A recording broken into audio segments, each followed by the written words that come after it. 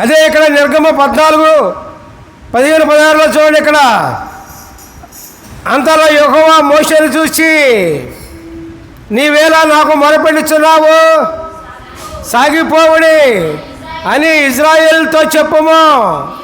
నీవు కర్రను ఎత్తి సముద్రము వైపు నీ చెయ్యి చాపి దాన్ని 2 పాయలుగా చేయము.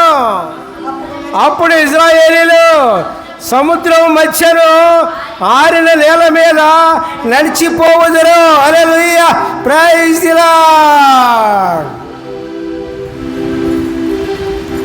సముద్రం చీలిపోయిన తర్వాత మధ్యలో బాట ఎట్లా ఉంటుందండి? పొడిగా బురదగా ఉంటుంది, అవునా కాదా?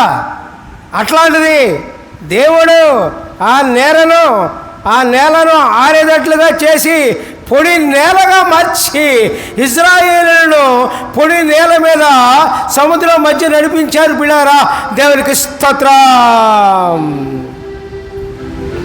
హల్లెలూయా, praise the Lord, praise the lord.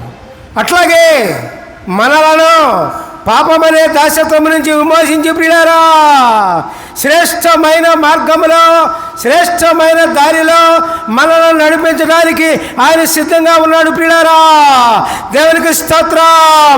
Hallelujah, praise the lord.